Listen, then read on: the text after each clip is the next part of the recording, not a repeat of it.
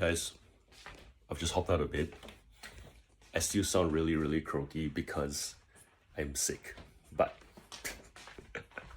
you ever do that thing where you hop out of bed, you get your phone, the first thing you think is, I'm gonna go on Facebook, just see what I can find. And the first listing you see, you go, it's only been listed for an hour. I think I've got a chance of scoring on this one. And you go through the pictures and you're like, whenever serial killers are being hunted, the police will always say, oh, the person had an MO. They had a way of doing things that they always left a trading card, or they always use this particular type of weapon, yada, yada, yada, yada, yada. I'm gonna steady the phone. And then they start looking for patterns, because patterns make us human. Human beings who try and be spontaneous, who try and be unpredictable, by virtue of being alive, spontaneity is the pattern. And so when we go onto like Facebook and we're looking for items to sell and we're trying to figure out if we're getting a good deal or not, we're trying to figure out if there's any gold in the items, look for patterns. And once you find those patterns, usually they lead to profit, quite predictably. Take my word on this one, right? I've helped thousands of people resell and make profit on eBay. And the thing that has helped me, helped you, is pattern spotting. Because you all do it, you all know it, you use it in everyday life, whether it be spotting toxic co-workers, whether it be spotting regular deals versus fake deals, or Christmas time. You know the shops that raise their prices just to have a sale, and then the ones that regularly actually have sales. You're good at this. Do it with Facebook as well. When you're looking for stock to sell, you'll apply that lens and you'll see the pattern and you'll be able to go sold, go pick it up, and very, very, very rarely be disappointed. So here's a pattern that I've come across in my collecting and selling journey that will help you. And let me know if you know this or if this blows your mind, okay? People who collect items, who open their items, usually open the good stuff first. Here's what I mean. If somebody buys items to display and they are all about keeping it in the box, they will keep it all in the box consistently. And they will usually only open items if they have a duplicate that is in the box, which means I go and find a collectible Marvel figurine. Let's say it's a statue of Iron Man, brand new in box. Unless I have two, I'm not opening the one that I've got.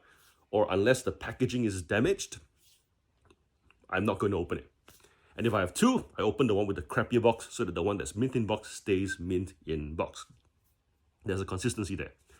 Or somebody who only collects mint in box figurines, happens to come across one that doesn't have a mint box, you know what? It's not consistent with the rest of the collection. I'm going to open it because it's not mint in box anyways. There's a pattern there. Now, if you happen to see a collection where they take a whole bunch of photos, so they take the first photo is, in this case, the whole collection is being sold. There's a box of loose items, and then there's a whole bunch of bags and boxes of like carded stuff, and they proceed to show you all the carded stuff so that you know what's in the carded stuff, but they don't bother with the loose box. The gold is in the loose box. Guaranteed in the loose box. Because if they were the carded kind of person, it would all be carded, and they would just take photos randomly because it's all equal. The fact that they decide to elevate for you the carded stuff shows you that they believe that carded stuff has value, but they enjoy it enough that they bother to open up the stuff that they want. I'm a collector. I've got my own stuff here too. See? And there. I've got stuff in cards, right? Only the investments remain carded. The rest of the stuff that I like, even though they have value, go into my wall. And I love the fact that they don't even bother to zoom into the tub, because for them it's like, we've enjoyed this already. It's and so then they take the photos of like the carded stuff, and then they go, "This is the collection," and they go, yes. So happily paid. Shout out to Rylan for picking this up for me. This guy.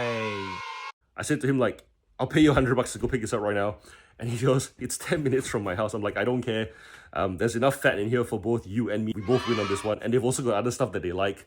I think there's like some horror stuff that she wanted me to look at. And I was like, I don't want horror because I watched the original It a bit too early. And I grew up in Malaysia. And in Malaysia, we have these like open drains.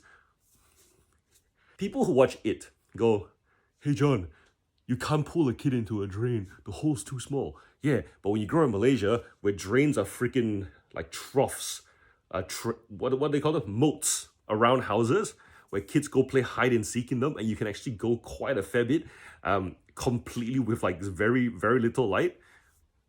If you have ADHD and your brain goes wild, like nah.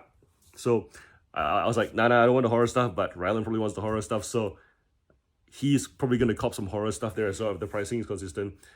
Real collectors either unbox them all and the stuff that's unopened is the stuff that's forgotten, or they keep it all boxed. If got half and half and the seller doesn't show the stuff in the tub, that's the good stuff. And it's probably just very lightly loved. And you guys already know this. I've got a loose Hot Wheels store, but it goes with anything, right? Like you can, the stuff that's loose, you will still make like solid bank on it. So anyways, super excited. Wanted to like just talk about it on video, and also to experiment with like simpler ways of doing video. Normally I'm downstairs doing them like what sold videos, and sometimes I try walk around and source and whatnot. Way too much editing, and I feel like the takeaway from that is not what you guys want from this channel anyways. And here's what I mean. Like there's plenty of channels where you would watch it just to go thrifting with someone and go on that journey with someone. That does not seem like the kind of stuff that you guys want from my channel. If anything, it just feels like you guys turn me on and then listen and do stuff. And it's like background noise that hopefully stirs some sort of discussion. And that's kind of what I want to do anyways. Kind of be in your ear, almost like radio, but with video and facial expressions. So let me know if this works out and you kind of like this format of like, hey, something happened, let's talk about it, set the phone down, blah, blah, blah, blah, blah, blah. Let me know, and I'll keep doing it. And if this is a nice little change compared to the usual stage stuff downstairs where we do the what sold of the items that we've sold over the last week or so, last couple of days, where I go, this is a shirt, this is a skirt, this is a train, this is a toy, why it's sold. I'll keep that up as well, and then it'll be kind of like a seesaw between these two formats and anything else that I happen to come across. And also the driving videos, the talk and drive. But then I've got to figure out the audio of that because the mics don't seem to always get that. And I know some of you guys have told me that when we're driving, even though I'm projecting and you're hearing what I say, it's the rest of that from the highways that it's not pleasant. So yeah, anywho, hope that helps. Serial killers, collectors, sellers on eBay, all human behavior, spot patterns, and the ones that make you money, remember them and keep slotting through those frames. That way you become super quick, and whilst lying down sideways in bed like this, looking at your phone, make a deal. And also, hopefully, if you can get a friend involved, give them a win as well. Peace.